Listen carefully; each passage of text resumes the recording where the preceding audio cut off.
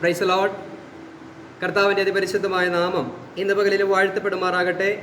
ഇന്ന് വിശുദ്ധ സഭായോഗ മധ്യേ നമ്മൾ വായിച്ച തിരുവചന ഭാഗം 1 കൊരിന്ത്യർ ലേഖനം 15-ാം അധ്യായം 50 മുതൽ 58 വരെയുള്ള വാക്യങ്ങളാണ് നമ്മൾ വായിച്ചത്.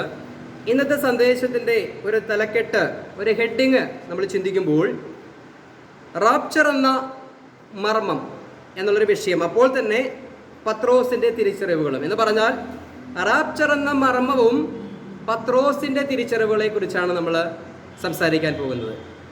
നമുക്കറിയാം, നമ്മളെപ്പോഴും പറയുന്നൊരു കാര്യമാണ്, പൗലോസിന് ഒരു മാർമിക സത്യം വെളിപ്പെട്ടു, ഒരു മിസ്റ്ററി വെളിപ്പെട്ടു.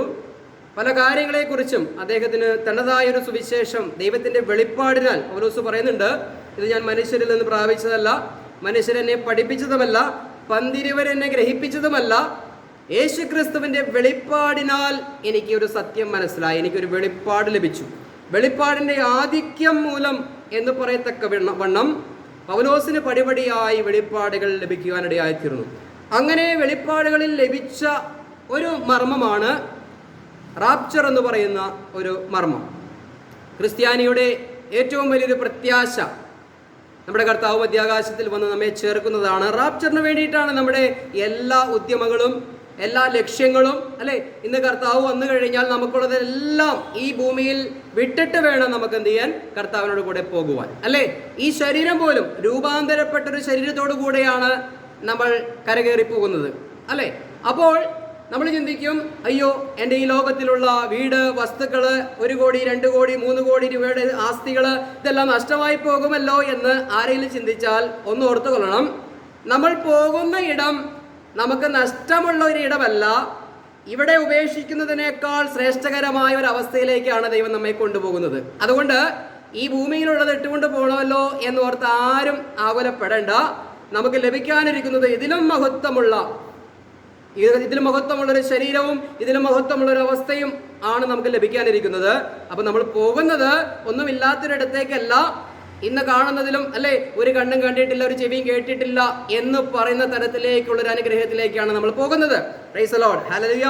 ഇന്ന് നമ്മൾ വായിച്ച 1 കൊരിന്ത്യർ ലേഖനം 15-ാം അധ്യായത്തിൻ്റെ 51-ാം വാക്യം ഇങ്ങനെ വായിക്കുകയാണ്: ഞാനൊരു മർമ്മം നിങ്ങളോട് പറയാം, നാം എല്ലാവരും നിദ്ര കൊള്ളുകയില്ല, എന്നാൽ അന്ത്യകാഹള നാദത്തിങ്കൽ പെട്ടെന്ന് കണ്ണിമിക്കുന്നതിനിടയിൽ നാം എല്ലാവരും രൂപാന്തരപ്പെടും. കാഹളം ധ്വനിക്കും, മരിച്ചവർ അക്ഷയരായി ഉയർക്കുകയും നാം രൂപാന്തരപ്പെടുകയും ചെയ്യും. Price the Lord. താഴേക്ക് വായിക്കുമ്പോൾ അതിൻ്റെ കണ്ടിന്യൂവേഷൻ നമുക്ക് കാണാൻ സാധിക്കുന്നുണ്ട്. അപ്പോൾ ഇവിടെ ഒരു മാർമിക സത്യമായി പൗലോസ് പറയുകയാണ്, നാം എല്ലാവരും നിദ്ര കൊള്ളാതെ എന്ന് പറഞ്ഞാൽ കർത്താവ് വരുന്നൊരു തലമുറയിൽ ഇന്ന് നമ്മൾ ജീവിച്ചിരിക്കുകയാണ്.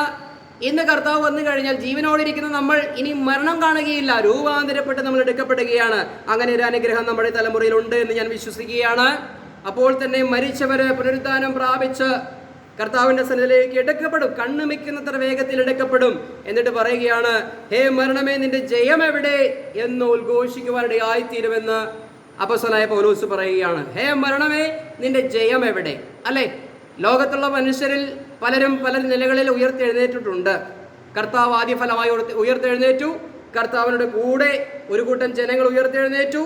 ഇനി റാപ്ചറിൽ ഒരു കൂട്ടം ജനം, ക്രിസ്തുവിൽ മരിച്ചവർ ഉയർത്തെഴുന്നേൽക്കും, അല്ലെ? ഇനി 1000 ആണ്ടിന് വേണ്ടി കർത്താവ് മഹത്വത്തിൽ പ്രത്യക്ഷപ്പെടുമ്പോൾ ഒരു കൂട്ടം ജനങ്ങൾ ഉയർത്തെഴുന്നേൽക്കും, അല്ലെ?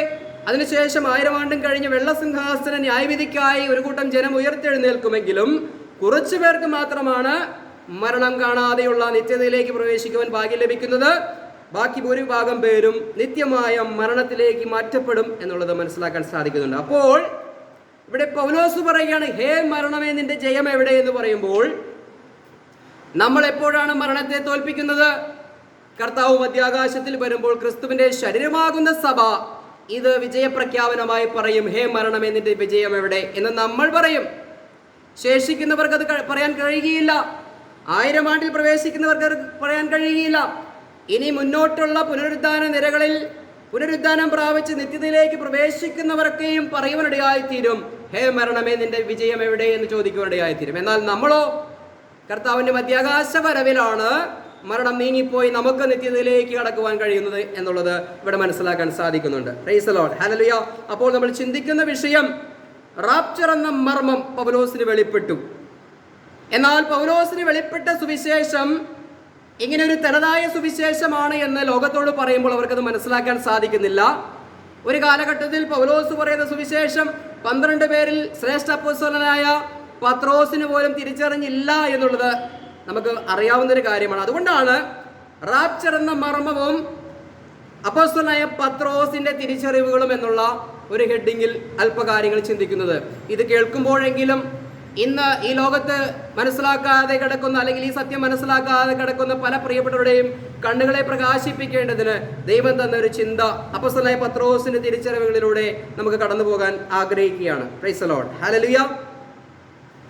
മത്തായി എഴുതിയ സുവിശേഷം 19-ാം അധ്യായം 27 മുതൽ 28 വരെയുള്ള വാക്യങ്ങൾ നമുക്ക് വായിക്കാം. അപ്പോസ്തലനായ പത്രോസിന്റെ ഒരു ചോദ്യം നമുക്ക് അവിടെ കാണാം. പത്രോസ് അവനോട്, ഞങ്ങൾ സകലവും വിട്ട് നിന്നെ അനുഗമിച്ചുവല്ലോ, ഞങ്ങൾക്ക് എന്ത് കിട്ടും എന്ന് ചോദിച്ചു. യേശു അവരോട് പറഞ്ഞത്, എന്നെ അനുഗമിച്ചിരിക്കുന്ന നിങ്ങൾ പുനർജനനത്തിൽ മനുഷ്യപുത്രൻ തന്റെ മഹത്വത്തിന്റെ സിംഹാസനത്തിൽ ഇരിക്കുമ്പോൾ നിങ്ങളും 12 സിംഹാസനത്തിൽ ഇരുന്ന് ഇസ്രായേൽ ഗോത്രം 12-നും ന്യായം വിധിക്കും എന്ന് ഞാൻ സത്യമായിട്ട് നിങ്ങളോട് പറയുന്നു. Price the Lord. ഹല്ലേലൂയ. പത്രോസിന്റെ ജീവിതത്തിലൂടെ നമ്മളൊന്ന് പരിശോധിക്കുകയാണ്. പൗലോസിന് വെളിപ്പെട്ട മിസ്റ്ററിയെ കുറിച്ച്, മാർമിക സത്യത്തെ കുറിച്ച് പത്രോസിന് എന്തുകൊണ്ടാണ് പെട്ടെന്ന് കാര്യങ്ങൾ മനസ്സിലാകാതെ പോയതും എന്നാൽ പടിപടിയായി പത്രോസിന് ഈ കാര്യങ്ങൾ മനസ്സിലായതും ഒന്ന് ചിന്തിക്കുമ്പോഴാണ് ഒറ്റയടിക്ക് പെട്ടെന്ന് മനസ്സിലാക്കാൻ കഴിയുന്ന ഒരു കാര്യമല്ല അപ്പോസ്തലനായ പൗലോസിലൂടെ ദൈവം വെളിപ്പെടുത്തിയത്. അത് വളരെ പ്രാർത്ഥനയോടും ദൈവിക അനുഭവത്തോടും ദൈവിക വെളിപ്പാടോടും കൂടെ, അല്ലെങ്കിൽ ദൈവവചനം വായിക്കുമ്പോഴും ധ്യാനിക്കുമ്പോഴും മാത്രം മനസ്സിലാക്കുന്ന ഒന്നാക്കി ദൈവം ഇവിടെ വെച്ചിരിക്കുകയാണ്. അതാണ് പറയുന്നത്, ക്രൂശിന്റെ വചനം നശിച്ചു പോകുന്നവർക്ക് ഭോഷത്വം, രക്ഷയിലേക്ക് നയിക്കപ്പെടുന്നവർക്കോ അത് ദൈവത്തിന്റെ ശക്തിയാണ് എന്ന് പറയുകയാണ്. അപ്പോൾ അത് ശ്രദ്ധിച്ചാൽ മാത്രമാണ് നമുക്ക് മനസ്സിലാക്കാൻ സാധിക്കുള്ളൂ. കാരണം പത്രോസിന്റെ ഒരു പ്രത്യാശ ഡെവലപ്പ് ചെയ്യുന്നത് നമുക്ക് വചനത്തിൽ കാണാം. എന്ന് പറഞ്ഞാൽ കർത്താവിന്റെ കൂടെ നടക്കുമ്പോൾ കർത്താവ് ചില കാര്യങ്ങളെ അവരെ പഠിപ്പിച്ചപ്പോൾ പത്രോസ് ചോദിക്കുകയാണ്, കർത്താവെ, ഞങ്ങളെല്ലാം ഉപേക്ഷിച്ച് അങ്ങയുടെ കൂടെ നടക്കുകയാ, ഞങ്ങൾക്ക് എന്ത് കിട്ടും? എന്ത് കിട്ടുമെന്ന് ചോദിക്കുമ്പോൾ കർത്താവ് യേശു ക്രിസ്തു പത്രോസിനോട് പറയുകയാണ്, കൂട്ടരോടും പറയുകയാണ്. എന്താണ് പറയുന്നത്? പുനർജനനത്തിൽ ഇസ്രായേലിന്റെ 12 ഗോത്രങ്ങളിൽ 12 സിംഹാസനങ്ങളിൽ ഇരുന്നു കൊണ്ട് നിങ്ങൾ എന്ത് ചെയ്യും? 12 ഗോത്രങ്ങളെ ന്യായം വിധിക്കും, ഭരിക്കുവാനിരിക്കും എന്ന് കർത്താവിനോടൊപ്പം അവരെ ആ രാജ്യത്തിന്റെ സിംഹാസനത്തിൽ 12 സിംഹാസനങ്ങളിൽ ഇരിക്കും, വാസ്തവമായും സത്യമായും ഞാൻ നിങ്ങളോട് പറയുന്നുവെന്ന് കർത്താവ് പറയുമ്പോൾ പത്രോസ് അത് വിശ്വാസത്താൽ ഏറ്റെടുക്കുകയാണ്. കാരണം ഇത് പറഞ്ഞത് കർത്താവാണ്. അപ്പോൾ പത്രോസിന്റെ ഉള്ളിൽ ഒരു പ്രത്യാശ വീഴുകയാ. കർത്താവ് മഹത്വത്തിൽ പ്രത്യക്ഷപ്പെടുമ്പോൾ ഞങ്ങൾക്കൊരു 12 സിംഹാസനം കിട്ടും, അതിലൊരു സിംഹാസനത്തിൽ താനും ഇരിക്കുമെന്ന് പത്രോസിന് വളരെ ബോധ്യം കിടക്കുകയാണ്. Price the Lord. ഹല്ലേലൂയ. എന്നാൽ താഴേക്ക് വരുമ്പോൾ മത്തായി എഴുതിയ സുവിശേഷം 24-ാം അധ്യായത്തിന്റെ 3-ാം വാക്യം നമുക്ക് വായിക്കുമ്പോൾ, നിന്റെ വരവിനും ലോകാവസാനത്തിനുമുള്ള അടയാളം എന്തെന്ന് ഞങ്ങൾക്ക് പറഞ്ഞു തരണമെന്ന് പറയുക. നിന്റെ വരവ് എന്ന് സംഭവിക്കുമെന്ന് പത്രോസ് ചോദിക്കുക, അല്ലെങ്കിൽ ശിഷ്യന്മാർ ചോദിക്കുക. അപ്പോൾ കർത്താവ് അതിനോടനുബന്ധിച്ച് കുറെ കാര്യങ്ങൾ അവർക്ക് പറഞ്ഞു കൊടുത്തു. അപ്പൊ ഇവിടെയും അപ്പോസ്തലനായ പൗലോസിന് വെളിപ്പെട്ട മാർമിക സത്യത്തിൽ ഉൾക്കൊള്ളുന്ന റാപ്ചറിനെ കുറിച്ചല്ല പത്രോസ് ഇവിടെ ചോദിക്കുന്നത്. കർത്താവെ, അങ്ങ് പറഞ്ഞല്ലോ ഞാൻ വീണ്ടും മടങ്ങി വരുമെന്ന്, അത് എപ്പോഴാണ് സംഭവിക്കുന്നത് എന്ന് പറഞ്ഞാൽ മഹത്വ പ്രത്യക്ഷത എപ്പോ സംഭവിക്കും? കാരണം ചോദിക്കാൻ കാരണം എന്താ? പത്രോസിനോട് കർത്താവ് പറഞ്ഞിരിക്കുകയാണ്, പുനർജനനത്തിൽ 12 സിംഹാസനങ്ങളിൽ ഒരു സിംഹാസനം നിനക്കുള്ളതാണ്. അപ്പോൾ കർത്താവ് വന്നാലല്ലേ അത് കിട്ടുകയുള്ളൂ. അപ്പോൾ കർത്താവെ, നിന്റെ വരവ് എന്ന് സംഭവിക്കും? കാരണം പത്രോസിന്റെ ഉള്ളിൽ പത്രോസിന്റെ വിശ്വാസവും കർത്താവ് പകർന്നു കൊടുക്കുന്ന വചനവും ഇങ്ങനെ രൂപപ്പെട്ട് വരികയാ. അപ്പോൾ നമുക്കിപ്പോൾ ചിന്തിച്ചത് നിന്റെ വരവ് എന്ന് സംഭവിക്കുമെന്ന് ചോദ്യത്തിന് മറുപടി കർത്താവ് കൊടുത്തപ്പോൾ പത്രോസിന് അത് ഗ്രഹിക്കുവാൻ കഴിയുകയാണ്. എന്നാൽ അപ്പോസ്തല പ്രവൃത്തി 1-ന്റെ 6-ാം വാക്യം നമുക്കൊന്ന് വായിക്കാം. പത്രോസിന്റെ വിശ്വാസവും പ്രത്യാശയും വെളിപ്പെട്ട് വരുമ്പോൾ അതിൽ പത്രോസ് ഉറച്ചു പോകുമ്പോഴാണ് പിൽക്കാലത്ത് പൗലോസിനൊരു മാർമിക സത്യം വെളിപ്പെട്ടുവെന്ന് പൗലോസ് പറയുന്നത്. അത് പത്രോസ് എങ്ങനെ ഉൾക്കൊണ്ടു എന്നുള്ളതാണ് നമ്മൾ ചിന്തിക്കാൻ പോകുന്നത്. വായിക്കാം. ഒരുമിച്ച് കൂടിയിരുന്നപ്പോൾ അവർ അവനോട്, കർത്താവേ, നീ ഇസ്രായേലിന് ഈ കാലത്തിൽ ഒരു രാജ്യം യഥാസ്ഥാനത്താക്കി കൊടുക്കുന്നത് എന്ന് ചോദിച്ചു. Price the Lord. പിന്നെയും ശിഷ്യന്മാര് കർത്താവിനോട് പറയുകയാണ്. കർത്താവ് ചില കാര്യങ്ങളെ ഉപദേശിച്ച് പരിശുദ്ധാത്മാവിനെ പ്രാപിക്കാനൊക്കെ പറഞ്ഞിങ്ങനെ ഇരിക്കുമ്പോൾ അവിടെ ചോദിക്കുകയാണ്, കർത്താവേ, ഇപ്പോഴാണോ നീ ഇസ്രായേലിന്റെ രാജ്യം സ്ഥാപിച്ചു കൊടുക്കുന്നത്? പത്രോസിന്റെ വിശ്വാസത്തിലെയും പ്രത്യാശയിലെയും കുറിച്ച് അവർ വളരെ ജാഗരൂകരാണ്. കാരണം എന്താ? കർത്താവ് യേശുക്രിസ്തു വരെ പഠിപ്പിച്ചിരിക്കുകയാണ്. എന്തൊക്കെയാണ് പഠിപ്പിച്ചിരിക്കുന്നത്? നിങ്ങൾ എന്നെ അനുഗമിക്കുന്ന നിങ്ങൾക്ക് പുനർജനനത്തിൽ 12 സിംഹാസനങ്ങൾ കിട്ടും, അതിലൊന്ന് പത്രോസിനെ കിട്ടും. പത്രോസിന്റെ ഉള്ളിൽ അത് വിശ്വാസമായി പ്രത്യാശയായി നിറഞ്ഞു വരികയാണ്. തുടർന്ന് പറഞ്ഞു, കർത്താവേ നിന്റെ വരവ് എപ്പോൾ സംഭവിക്കുമെന്ന് ചോദിച്ചു. തുടർന്ന് ഇപ്പോൾ ചോദിക്കുകയാണ്, കർത്താവേ ഇപ്പോഴാണ് രാജ്യം സ്ഥാപിച്ചു കൊടുക്കുന്നത്. ഈ 3 വാക്യങ്ങൾ കണക്ട് ചെയ്തൊന്ന് ചിന്തിച്ചു നോക്കിയേ. ഞങ്ങൾക്ക് എന്ത് കിട്ടും എന്ന് ചോദിച്ചതിന്റെ മറുപടി 12 സിംഹാസനങ്ങളിൽ ഒരു സിംഹാസനം. കർത്താവേ നീ എന്ന് വരും? തുടർന്ന് പറയുകയാണ്, ഇപ്പോഴാണ് രാജ്യം സ്ഥാപിച്ചു കൊടുക്കുന്നത്. കാരണം എന്താ? ഇവിടെ കർത്താവ് വന്ന് പുനർജനനം സംഭവിച്ച് രാജ്യം സ്ഥാപിച്ചാൽ തങ്ങൾക്ക് കസേര കിട്ടും. പത്രോസിന്റെ മൈൻഡ് സെറ്റ് മനസ്സിലായോ? പത്രോസ് ഈ ആഴമായ വിശ്വാസത്തിൽ ഉറച്ചിരിക്കുക. കാരണം എന്താ? ഇത് കർത്താവ് പറഞ്ഞതല്ലേ, ഇതിന്റെ അപ്പുറത്തേക്ക് എന്തെങ്കിലും പറയാൻ ആർക്കെങ്കിലും ഉണ്ടോ? ഇല്ല. ആ സാഹചര്യത്തിലാണ് പൗലോസ് പറയുന്നത്, എനിക്കൊരു മാർമിക സത്യം വെളിപ്പെട്ടു, നാം എല്ലാവരും നിദ്ര കൊള്ളുകയില്ല, കർത്താവ് ഇങ്ങോട്ട് വരുന്നതിന് മുൻപ് നമ്മൾ അങ്ങോട്ട് പോകുമെന്നുള്ള ഒരു മാർമിക സത്യം, റാപ്ചറിനെ കുറിച്ച് ഇവർ പറയുക. അപ്പോൾ ഈ പത്രോസിന് അത് ഉൾക്കൊള്ളാൻ കഴിയുമോ? പത്രോസിന് പോലും ഉൾക്കൊള്ളാൻ കഴിയാത്ത ഒരു മാർമിക സത്യം പൗലോസിന് ദൈവം വെളിപ്പെടുത്തി കൊടുത്തിരിക്കുക. നമുക്ക് താഴേക്ക് ചിന്തിക്കാം. ഞാനിത് ചിന്തിപ്പിക്കുമ്പോൾ ഒരു കാര്യം മനസ്സിലാക്കിക്കൊള്ളണം. കർത്താവിൻ്റെ ഉപദേശം എന്ന് പറഞ്ഞുകൊണ്ട് പിടിച്ചുകൊണ്ടിരിക്കുന്ന, അല്ലെങ്കിൽ സ്നാനം ആവശ്യമാണ്, കാത്തിരുന്ന് പരിശുദ്ധാത്മാവിനെ പ്രാപിക്കേണ്ടത് ആവശ്യമാണ്, അല്ലെങ്കിൽ കർത്താവ് പറഞ്ഞത് വള്ളിയോ പുള്ളിയോ മാറിപ്പോകാത്ത സുവിശേഷം വിശ്വസിക്കണം എന്നൊക്കെ പറഞ്ഞ് പത്രോസിനെ പോലെ ഇങ്ങനെ പിടിച്ചിരിക്കുന്ന, രാജ്യത്തിന്റെ സുവിശേഷം കേട്ട് വിശ്വസിച്ചിരിക്കുന്ന നമ്മെ പോലെയുള്ള മറ്റുള്ള വിശ്വാസ ലോകവും ഇവിടെ ഉണ്ട്. അവരുടെ കണ്ണുകൾ തുറക്കണമെങ്കിൽ പത്രോസിന്റെ കണ്ണുകളെ തുറന്ന വിധങ്ങളെ ഒന്ന് പറഞ്ഞു കൊടുത്തിട്ടെങ്കിലും അത് പ്രകാശിപ്പിക്കട്ടെ എന്ന് ഞാൻ ആഗ്രഹിക്കുകയാണ്. Price the Lord. അപ്പോസ്തല പ്രവൃത്തി 2-ാം അധ്യായത്തിന്റെ 14 മുതൽ 21 വരെയുള്ള വാക്യങ്ങൾ അവിടെ വായിക്കാം നമുക്ക്. ജോയേൽ പ്രവാചകന്റെ പുസ്തകത്തിൽ പറയപ്പെട്ടതായിട്ടുള്ള ഒരു പ്രവചനത്തിന്റെ നിവൃത്തിയാണ് ഇത് എന്ന് പറഞ്ഞ് പത്രോസ് അവിടെ പ്രസംഗം ആരംഭിക്കുക, അല്ലേ? അപ്പോൾ അവിടെ പ്രധാനമായി ചിന്തിക്കേണ്ട ഒരു കാര്യം നമുക്കെല്ലാവർക്കും സുപരിചിതമായതുകൊണ്ട് ഞാനവിടെ പറഞ്ഞു പോവുകയാണ്. ഇത് ജോയേൽ പ്രവാചകൻ പറഞ്ഞ വചനത്തിന്റെ നിവൃത്തിയാണ് എന്ന് പറയുമ്പോൾ ജോയേൽ പ്രവാചകൻ അനേകം കാര്യങ്ങളെ പറഞ്ഞു.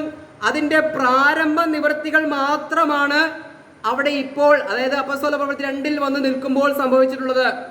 ഞാൻ എൻ്റെ സകല ജഡത്തിന്റെ മേൽ എൻ്റെ ആത്മാവിനെ പകരും, പുത്രന്മാരും പുത്രിമാരും ആത്മാവിനെ പ്രാപിക്കും, വൃദ്ധന്മാർ സ്വപ്നങ്ങളെ കാണും എന്നൊക്കെ പറഞ്ഞ് പ്രവചിച്ച പ്രവചനം ഇന്നിത് അന്യഭാഷയോടുകൂടെ ദൈവത്തെ സ്തുതിച്ചുകൊണ്ട് ആത്മാവിനെ പകർന്ന ദൈവം ഈ സത്യം മുന്നോട്ട് നയിച്ചിട്ട് ഈ സംഭവിക്കുന്ന കാര്യങ്ങൾ ജോയേൽ പ്രവാചകൻ പറഞ്ഞതാണ് എന്ന് പറഞ്ഞ് പത്രോസ് പ്രസംഗിക്കുക. എന്നാൽ തൊട്ട് താഴേക്ക് വായിക്കുമ്പോൾ അവിടെ ചന്ദ്രൻ രക്തതുല്യമാകുന്നതും സൂര്യൻ ഇരുണ്ടു പോകുന്നതും അങ്ങനെയുള്ള കുറേ കാര്യങ്ങളും രക്തവും പുകയും തീയാവിയും ഒക്കെ സംഭവിക്കുന്നു. നമുക്ക് ആ വാക്യം ഒന്ന് വായിക്കാം. അപ്പോൾ പത്രോസ് 11 പേരോട് കൂടെ നിന്നുകൊണ്ട് ഉറക്കെ അവരോട് പറഞ്ഞത്, യഹൂദ പുരുഷന്മാരും യെരൂശലേമിൽ പാർക്കുന്ന എല്ലാവരുമായുള്ളവരെ ഇത് നിങ്ങൾ അറിഞ്ഞിരിക്കട്ടെ. എന്റെ വാക്ക് ശ്രദ്ധിച്ചുകൊള്ളുവിൻ. നിങ്ങൾ ഊഹിക്കുന്നത് പോലെ ഇവർ ലഹരി പിടിച്ചവരല്ല. പകൽ 3-ാം മണി നേരമേ ആയിട്ടുള്ളുവല്ലോ.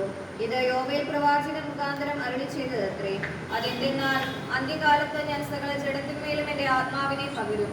നിങ്ങളുടെ പുത്രന്മാരും പുത്രിമാരും പ്രവചിക്കും, നിങ്ങളുടെ യൗവനക്കാർ ദർശനങ്ങൾ ദർശിക്കും, നിങ്ങളുടെ വൃദ്ധന്മാർ സ്വപ്നങ്ങൾ കാണും. എന്റെ ദാസന്മാരുടെ മേലും ദാസിമാരുടെ മേലും കൂടെ ഞാൻ ആ നാളുകളിൽ എന്റെ ആത്മാവിനെ പകരും, അവരും പ്രവചിക്കും. ഞാൻ മീതെ ആകാശത്തിൽ അത്ഭുതങ്ങളും താഴെ ഭൂമിയിൽ അടയാളങ്ങളും കാണിക്കും.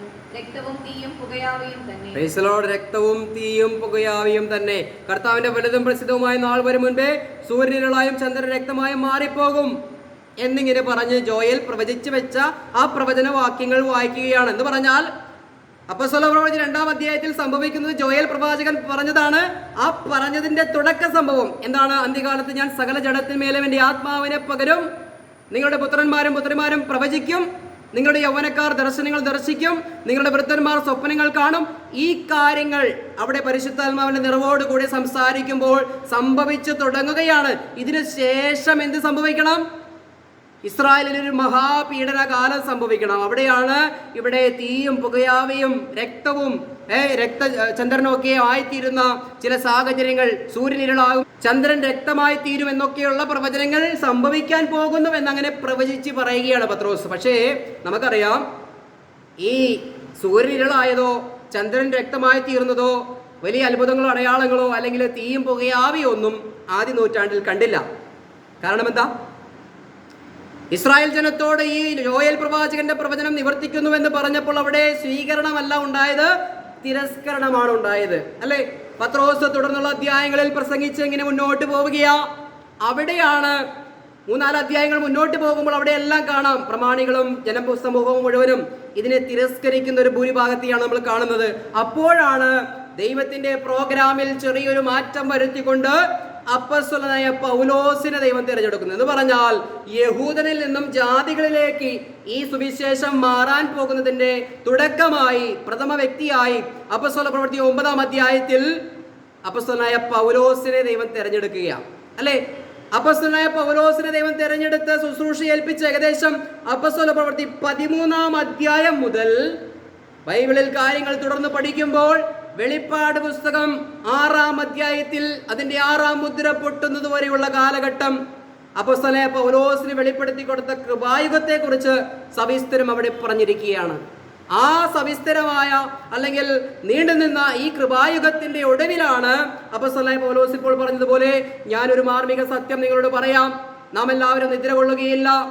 അന്ത്യകാഹളം മുഴങ്ങുമ്പോൾ നാം എല്ലാവരും രൂപാന്തരപ്പെടുകയും മരിച്ചവർ ഉയർത്തെഴുന്നേൽക്കുകയും ചെയ്ത് കണ്ണു വയ്ക്കുന്നതിന് എത്ര വേഗത്തിൽ നാം എല്ലാവരും രൂപാന്തരപ്പെട്ട് കർത്താവിന്റെ സന്നിധിയിലേക്ക് എടുക്കപ്പെടും എന്ന് പറയുമ്പോൾ അവിടെ ഒരു മാർമിക സത്യം വെളിപ്പെടുകയാണ്. അപ്പോൾ ഞാൻ പറഞ്ഞു വന്നതിന്റെ സാരം, ജോയേൽ പ്രവാചകന്റെ പുസ്തകത്തിൽ പറഞ്ഞതിന്റെ നിവർത്തിയാണ് നിങ്ങളിപ്പോൾ കണ്ടത്. ഇനി തുടർന്ന് ചില കാര്യങ്ങൾ സംഭവിക്കണം, അല്ലേ? രക്തവും തീയും പുകയാവിയും ഇതൊക്കെ വരാനിരിക്കുന്നതേ ഉള്ളൂ. പക്ഷേ ആ കാലഘട്ടത്തിൽ സംഭവിച്ചില്ല. സംഭവിക്കാത്തതിന് കാരണം യഹൂദൻ ഈ രക്ഷ തിരസ്കരിച്ച് കളഞ്ഞപ്പോൾ പൗലോസിന് ദൈവം ഇത് കൊടുത്തു. ഈ ഒരു സുവിശേഷത്താൽ ഇന്ന് റാപ്ചർ വരെയുള്ള കാലഘട്ടത്തേക്ക് ദൈവം നൽകിയിരിക്കുന്ന കൃപയുടെ സുവിശേഷം വന്നു ചേരുവാനിടയായിത്തീരുന്നു. അപ്പോൾ ഏകദേശം അപ്പോസ്തല പ്രവൃത്തി 13-ാം അധ്യായം മുതൽ 9-ാം അധ്യായത്തിൽ പൗലോസിനെ വിളിക്കുന്നത് മുതൽ വെളിപ്പാട് 6-ന്റെ 12-ാം വാക്യത്തിൽ കാണുന്ന ആ വലിയ സംഭവത്തോടുകൂടി ലോകത്തെ ഞെട്ടിവിറപ്പിച്ചുകൊണ്ട് ആകാശം കീറി ഭൂമിയെ കുലുക്കി നമ്മെ ദൈവം ഇവിടെ നിന്ന് കൊണ്ടുപോകുന്ന സാഹചര്യം വരെയുള്ള കാലഘട്ടം. ആ കാലഘട്ടം വരെ ഏത് സുവിശേഷമാണ് നിലവിലുള്ളത്? കൃപയുടെ സുവിശേഷം, കർത്താവിന്റെ ശരീരമാകുന്ന സഭയെ പണിതുയർത്തുന്ന ശുശ്രൂഷ. അതിനുവേണ്ടി കർത്താവ് അപ്പസ്തലന്മാരെയും പ്രവാചകന്മാരെയും ഇടയന്മാരെയും സുവിശേഷകരെയും പ്രബോധകരെയും ഒക്കെ 5 കൂട്ടം ശുശ്രൂഷകന്മാരെ സഭയിലാക്കി വെച്ചു. അവരിലൂടെ ദൈവത്തിന്റെ സഭയെ പണിതുകൊണ്ടിരിക്കുകയാണ്. Price the Lord. അപ്പോൾ പത്രോസിന്റെ തിരിച്ചറിവിലേക്ക് നമുക്ക് കടന്നു വരാം. ഇത്രയും സംഭവങ്ങൾ കോർത്തിണക്കുമ്പോൾ ചില തിരിച്ചറിവുകൾ പത്രോസിനുണ്ടാകുന്നതായി നമുക്ക് കാണാൻ സാധിക്കുന്നുണ്ട്. റോമാലേഖനം 11-ന്റെ 25-26 വാക്യങ്ങൾ വായിക്കുമ്പോൾ യഹൂദരിൽ നിന്നും ജാതികളിലേക്ക് ഈ രക്ഷ കൈമാറ്റം ചെയ്തത് അപ്പോസ്തലനായ പൗലോസോട് വിവരിക്കുന്ന വാക്യം നമുക്കറിയാം. നിങ്ങൾ ബുദ്ധിമാന്മാരാണെന്ന് നിരൂപിക്കരുത്, ഇസ്രായേലിന് അംശമായി കാഠിന്യം ഭവിച്ചിരിക്കുന്നു, അല്ലെ? ജാതികളുടെ സംഖ്യ പൂർണ്ണമായി കഴിയുമ്പോൾ വീണ്ടും കർത്താവ് യഹൂദനിലേക്ക് തിരിയുമെന്നുള്ളത് നമുക്ക് അവിടെ കാണാൻ സാധിക്കുന്നുണ്ട്. Price the Lord, hallelujah. വീണ്ടും പത്രോസിന്റെ ആ തിരിച്ചറിവിലേക്ക് നമുക്ക് കടന്നു വരാം. അപ്പോൾ കാര്യങ്ങൾക്കൊരു വ്യത്യസ്തത വരികയാണ്, അല്ലെ? നമ്മളിപ്പോൾ ചിന്തിച്ചുകൊണ്ടിരുന്നത് മത്തായി 19 നമ്മൾ ചിന്തിച്ചു ഞങ്ങൾക്ക് എന്ത് കിട്ടും. മത്തായി 24 കർത്താവിനോട് ചോദിച്ചു നീ എപ്പോൾ വരും. അപ്പോസ്തല പ്രവൃത്തി 1-ന്റെ 6 ചോദിച്ചു ഇപ്പോഴാണ് കർത്താവെ രാജ്യം സ്ഥാപിച്ചു കൊടുക്കുന്നത്. അപ്പോസ്തല പ്രവൃത്തി 2 പറഞ്ഞു ജോയേൽ പ്രവാചകന്റെ പ്രവചിച്ചു വെച്ചതിന്റെ നിവർത്തിയാണ് ഇവിടെ സംഭവിക്കുന്നത്. അപ്പോൾ തന്നെ തിരസ്കരണം സംഭവിച്ചു കഴിഞ്ഞപ്പോൾ പൗലോസിന് ദൈവം ഒരു സുവിശേഷം വെളിപ്പെടുത്തി കൊടുത്തു എന്നുള്ളത് നമുക്ക് മനസ്സിലാക്കാൻ ഇടയായിത്തീർന്നു. അപ്പോഴാണ് 10-ാം അധ്യായത്തിലേക്ക് കടന്നു വരുമ്പോൾ, അപ്പോസ്തല പ്രവൃത്തി 10-ാം അധ്യായത്തിലേക്ക് കടന്നു വരുമ്പോൾ തുപ്പട്ടി ദർശനത്തിലൂടെ കർത്താവ് പത്രോസിന് മറ്റൊരു കാര്യം വെളിപ്പെടുത്തി കൊടുക്കുകയാണ്, അല്ലെ? നമുക്ക് ആ വചനഭാഗം സുപരിചിതമാണ്. അവിടെ കർത്താവ് ഒരു ദർശനം കാണിച്ചു കൊടുക്കുക. നമുക്ക് ഉൽപ്പത്തി പുസ്തകം 41-ന്റെ 32-ാം വാക്യം ഒന്ന് എടുത്തു വെക്കാം. അപ്പോൾ തന്നെ അപ്പോസ്തല പ്രവൃത്തി 10-ാം അധ്യായത്തിൽ ഒരു വാക്യം നമുക്ക് വായിക്കാം. വളരെ പ്രാധാന്യം അർഹിക്കുന്ന ഒരു വാക്യം. പത്രോസിന് ദൈവം 3 പ്രാവശ്യം ഈ ദർശനം കാണിച്ചു കൊടുക്കുകയാണ്. പത്രോസിന് 3 പ്രാവശ്യം. 10-ാം അധ്യായത്തിന്റെ 15-ാം വാക്യത്തിൽ ഞാൻ വായിക്കുകയാണ്. ആ ശബ്ദം 2-ാം പ്രാവശ്യവും അവനോട് ദൈവം ശുദ്ധീകരിച്ചത് നീ മലിനമെന്ന് വിചാരിക്കരുത് എന്ന് പറഞ്ഞു. ഇങ്ങനെ 3 പ്രാവശ്യമുണ്ടായി. ഉടനെ പാത്രം തിരികെ ആകാശത്തിലേക്ക് വലിച്ചെടുത്തു. Praise the Lord, hallelujah. 3 പ്രാവശ്യം ദൈവം ഒരേ ദർശനം പത്രോസിന് കൊടുക്കുകയാണ്. ഉൽപ്പത്തി പുസ്തകം 41-ാം അധ്യായത്തിന്റെ 32-ാം വാക്യം, വളരെ ചിന്തനീയമായിട്ടുള്ളൊരു വാക്യം ഞാൻ വായിക്കാം. ഫറവോന് സ്വപ്നം 2 വട്ടം ഉണ്ടായതോ കാര്യം ദൈവത്തിന്റെ മുമ്പാകെ സ്ഥിരമായിരിക്കൊണ്ടോ ദൈവം അതിനെ വേഗത്തിൽ വരുത്തുവാൻ ഇരിക്കൊണ്ടും ആകുന്നു. Price the Lord. ജോസഫ് ഫറവോനോട് പറയുകയാണ് ഫറവോനെ, ദൈവം ആ കാര്യം തീരുമാനിച്ചത് കൊണ്ടും അതിന് മാറ്റമില്ലാത്തത് കൊണ്ടും ദൈവം അത് ഉടനെ ചെയ്യാനിരിക്കുന്നത് കൊണ്ടും നിന്നെ അത് 2 പ്രാവശ്യം കാണിച്ചു തന്നിരിക്കുകയാണ്. 7 വർഷം സമൃദ്ധി, 7 വർഷം ക്ഷാമം എന്നുള്ളൊരു കാര്യത്തെക്കുറിച്ച് ഒരു ദർശനം കൊടുത്തപ്പോൾ 2 പ്രാവശ്യം അത് കൊടുത്ത ദൈവം അത് തീരുമാനിച്ചുറപ്പിച്ചിരിക്കുന്നുവെന്ന് ജോസഫ് ഫറവോനെ ബോധിപ്പിക്കുകയാണ്. ഇവിടെ പത്രോസിന് എത്ര പ്രാവശ്യം ദൈവം ഉറപ്പിച്ചു കൊടുത്തു? ദൈവം ചെയ്യാൻ പോവുകയാണ്, ദൈവം അത് തീർപ്പിച്ച് കൽപ്പിച്ചിരിക്കുകയാണ് എന്ന് മനസ്സിലാക്കുന്ന തരത്തിൽ 2 പ്രാവശ്യമല്ല 3 പ്രാവശ്യം ഇത് കാണിച്ചു കൊടുത്തു എന്നാണ് പറയുന്നത്. ഞാൻ പറഞ്ഞതിന്റെ സാറ് എൻ്റെ പ്രിയമുള്ളവർക്ക് മനസ്സിലായോ? അന്ന് ഫറവോന്റെ കാലത്ത്, ജോസഫിന്റെ കാലത്ത് ലോകത്ത് വരാനിരിക്കുന്ന ഒരു മഹാസംഭവം ഉറപ്പായും സംഭവിക്കുമെന്നുള്ളതിനെ കാണിക്കുവാൻ വേണ്ടി ദൈവം 2 പ്രാവശ്യമേ കൊടുത്തുള്ളൂ. അത് സംഭവിക്കുമെന്ന് പറയുക. ഒരു പ്രാവശ്യം കൂടി ആ വാക്യം വായിക്കാം, ജോസഫിന്റെ വാക്കുകൾ. ഫറവോന് സ്വപ്നം 2 വട്ടം ഉണ്ടായതോ കാര്യം ദൈവത്തിന്റെ മുമ്പാകെ സ്ഥിരമായിരിക്കൊണ്ടും, ദൈവത്തിന്റെ മുൻപിൽ അത് സ്ഥിരമായിരിക്കുകയാണ്. ദൈവം അതിനെ വേഗത്തിൽ വരുത്തുവാനിരിക്കൊണ്ടും, ദൈവം അത് വേഗത്തിൽ വരുത്തുവാൻ ഇരിക്കുന്നത് കൊണ്ടുമാണ് രാജാവേ നിനക്ക് 2 പ്രാവശ്യം ഇത് കാണിച്ചു തന്നത്, അല്ലേ? നമ്മെ പോലെ തന്നെ ഈ വചനഭാഗങ്ങൾ വായിച്ച പത്രോസിനും മനസ്സിലാക്കാം. നമ്മൾ ഇപ്പോൾ മനസ്സിലാക്കുന്ന തരത്തിൽ തന്നെ പത്രോസിന് നമ്മളെക്കാൾ കൂടുതൽ മനസ്സിലായിട്ടുണ്ടാകാം.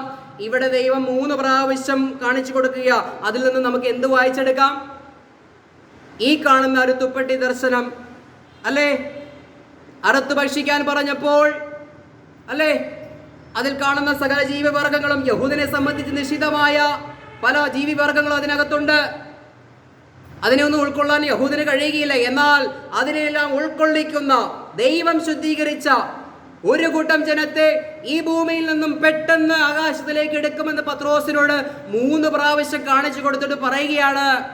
പൗലോസിന് വെളിപ്പെടുത്തുവാനിരിക്കുന്ന ഈ റാപ്ചർ എന്ന മാർമിക സത്യത്തിലേക്ക് പത്രോസിന് വെളിച്ചം വീശുവാൻ തക്കവണ്ണം, പ്രൈസ് ദി ലോർഡ്, വളരെ ശ്രദ്ധിക്കണം. അവിടെ 2 പ്രാവശ്യം ഉറപ്പിച്ച് പറഞ്ഞ സംഭവം അങ്ങ് ജോസഫിന്റെ കാലത്ത് നടന്നുവെങ്കിൽ ഇവിടെ പത്രോസിനോട് 3 പ്രാവശ്യം ഉറപ്പിച്ച് പറഞ്ഞ കാര്യം വാസ്തവമായും ദൈവം തീരുമാനിച്ചിരിക്കുന്നു. ദൈവം അത് ചെയ്യും.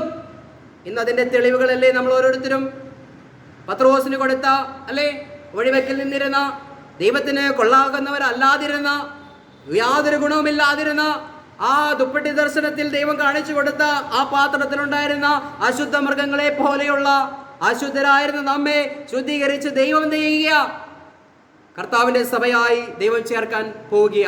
പത്രോസിന് അത് 3 വട്ടം കാണിച്ചു കൊടുത്ത് ദൈവം ഇങ്ങനെ ഒരു മാറ്റം കൊണ്ടുവരാൻ പോകുന്നുവെന്ന് ഉറപ്പിക്കുകയാണ്. Price the Lord. ഞാൻ പറഞ്ഞതിന്റെ ആ ആശയത്തിൽ ഞാൻ വീണ്ടും വീണ്ടും ഊന്നി പറയുന്നത്, ജോസഫിന്റെ കാലത്ത് 2 പ്രാവശ്യം ഒരു കാര്യം ചെയ്യാൻ പോകുന്നുവെന്ന് ദൈവം പറഞ്ഞു. അത് 2 പ്രാവശ്യം ഉറപ്പിച്ച് അത് നിറവായി അല്ലെങ്കിൽ നിറപടിയായി നിവർത്തിച്ചു എന്ന് നമുക്കറിയാം. ഇവിടെയും 2000 വർഷമായതിന്റെ പണിപ്പുരയിലാണ്. പക്ഷേ അന്ന് പത്രോസ് ജീവിച്ചിരിക്കുമ്പോൾ പത്രോസിന്റെ പ്രത്യാശയിൽ നിന്നും വ്യത്യസ്തമായിട്ടുള്ളൊരു സുവിശേഷം പത്രോസിന് മനസ്സിലാക്കണമെങ്കിൽ 1 വട്ടമല്ല 2 വട്ടമല്ല 3 വട്ടം ദൈവം ദർശനം കാണിച്ചു കൊടുക്കുക. പത്രോസേ, ഞാനിത് ചെയ്യാൻ പോവുകയാ. ഞാൻ വിശുദ്ധീകരിച്ചതിനെ നീ അശുദ്ധമെന്ന് പറയരുത്, ഞാൻ തീരുമാനിച്ചതിനെ നീ മാറ്റിക്കളയരുത് എന്നുള്ള ആശയത്തിൽ അവിടെ കർത്താവ് പത്രോസിന് ദർശനം കൊടുക്കുക. അതിൽ നിന്ന് നമുക്ക് വായിച്ചെടുക്കാം, 3 വട്ടം കർത്താവ് പറഞ്ഞിട്ടുണ്ടെങ്കിൽ അത് ചെയ്തിരിക്കും. അത് ദൈവം ചെയ്തുകൊണ്ടിരിക്കുന്നു.